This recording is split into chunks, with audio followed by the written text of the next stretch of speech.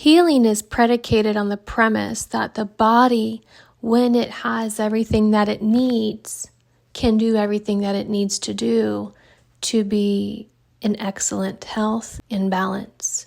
Always reaching for homeostasis, where things are in balance, and that certain things pull the body out of balance. And as the body reaches for homeostasis over time with prolonged deficiencies and toxicities, you get chronic conditions. So the body's effort to keep itself balanced can look like high blood pressure, etc. And so how do we heal the body, knowing that the body is able to do what it needs to do and to heal? The action is to pour nutrients, the right kind of nutrients, into the body that are easily assimilated, easily used for healing. And so a lot of the foods that we eat take a lot of energy to digest and break down. And so when we take like fresh juices, fresh vegetable juices into our body, things that are not processed, we're able to easily assimilate that. Cooking root vegetables helps us to assimilate those nutrients more easily. Adding an apple to your fresh pressed carrot juice allows you to assimilate those nutrients more easily. So you really want to take the work out of it for your body when it's sick. And you don't want to put things into your body that really stress it and require your body to do a lot of work to deal with it. The other thing outside of deficiency is toxicity. So poisons are things that inhibit enzymes. And enzymes do the action of all the repair and maintenance and digestion, the breaking down, the metabolism of the body. So it's the mechanic of the body. And so poisons can interfere with the utilization of nutrients. Genetic predispositions, genetic mutations from poison can inhibit the utilization of things like B vitamins and can disrupt the body's detoxification mechanisms. And so supporting detox within the body is another aspect of healing, real healing, natural healing, where the body is allowed to and supported in healing itself completely so that it can bring itself back into balance where no chronic conditions are present. And so detoxification is achieved by supporting primarily the liver. And so you're going to make sure that you're getting the nutrients that you need, minerals in the right form. Minerals that come in the form of these juices are highly concentrated and they're chelating, so they're binding to toxins and pulling them out of the body. You can also use things like charcoal to help bind. Broccoli sprouts, also called sulforaphane, is really, sort of the gold standard for detoxification. Antioxidants like alpha-lipoic acid, especially in the form of R-lipoic acid, and vitamin C are extremely helpful for keeping free radical damage at bay. These destructive, volatile molecules that come into the body, missing an electron, and go scavenging to find something to bind to and are literally ripping electrons from your cells.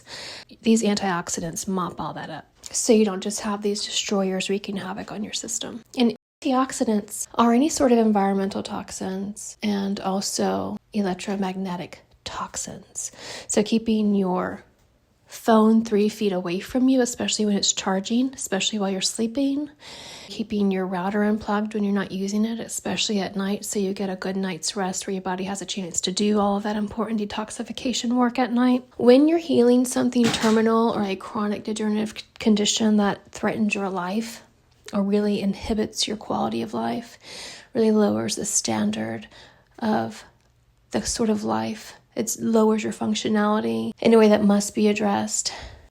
It's best to heal naturally by just really giving your body in high doses and really concentrated form those bioavailable minerals through the fresh juices and the easily digestible fibrous fruits and vegetables. Rye grain is a really excellent whole grain that you can mill and make some bread with. Flaxseed oil that's kept in the refrigerator, it has to be used within 3 weeks of opening it, is a really excellent oil. You don't cook with it, you just kind of add it to like a non-fat Greek yogurt with maybe a little maple syrup. You can add it to toast potatoes after they've cooled because you don't want it to get hot. This is very nourishing for your body. There's other fats are not excellent depending on how sick you are. You really shouldn't touch anything except for flaxseed oil, but if you're a little bit healthier, you could do things like avocado oil, coconut oil, grapeseed oil.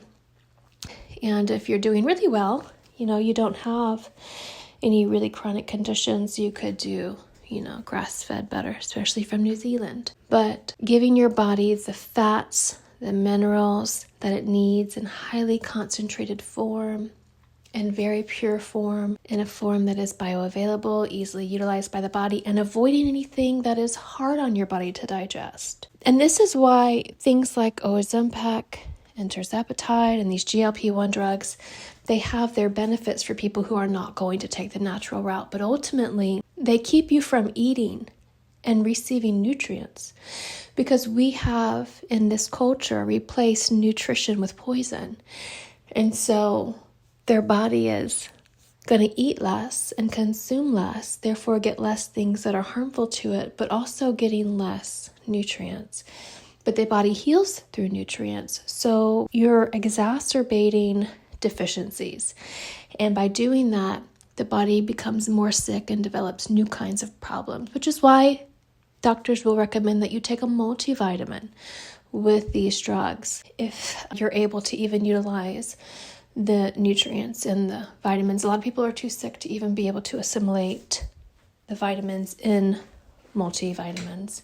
It needs to come from the fresh produce, especially in the form of juice, to be utilized by the body, because it has all of the cofactors that are necessary that go with it when it is found in the clean produce. And so these GLP-1 drugs will cause your, hair to fall out, your teeth to fall out. All illnesses that are the result of deficiency, and they all are, will be exacerbated because you'll be getting less nutrients. And so while it can treat many conditions, it's also going to make you more sick. The only way to really heal, to actually heal the body truly, is to pour the right kind of nutrients in it and to avoid poison. So don't put the poison deodorant on. Don't spray the poison hairspray. Don't bathe in the poison water. Don't go in that chlorinated pool. Don't drink alcohol. Be mindful of what goes in and on your body and what is around you, and avoid poison at all cost. And over time, things can turn around for you. Depending on how diligent you are will determine how quickly you heal. But poison is always going to be the antithesis of healing, and so medications that are toxic aren't going to solve all the problems. They can solve some problems while creating new problems. But to truly heal, this is where we solve all the problems at one time. And this is done by addressing toxicity and deficiency, by removing the poisons, because we have substituted nutrition. We've substituted poison for nutrition, right? So we want to flip that back around, and we want to give our body the nutrients that it needs and avoid the poisons. This is how healing happens. This is where people can get free of their chronic conditions and not have to be afraid of cancer. Asher? What? What are you doing? Bubbles. Popping out of bubbles? Is your smoothie yummy? Yep. Do you like your new straw?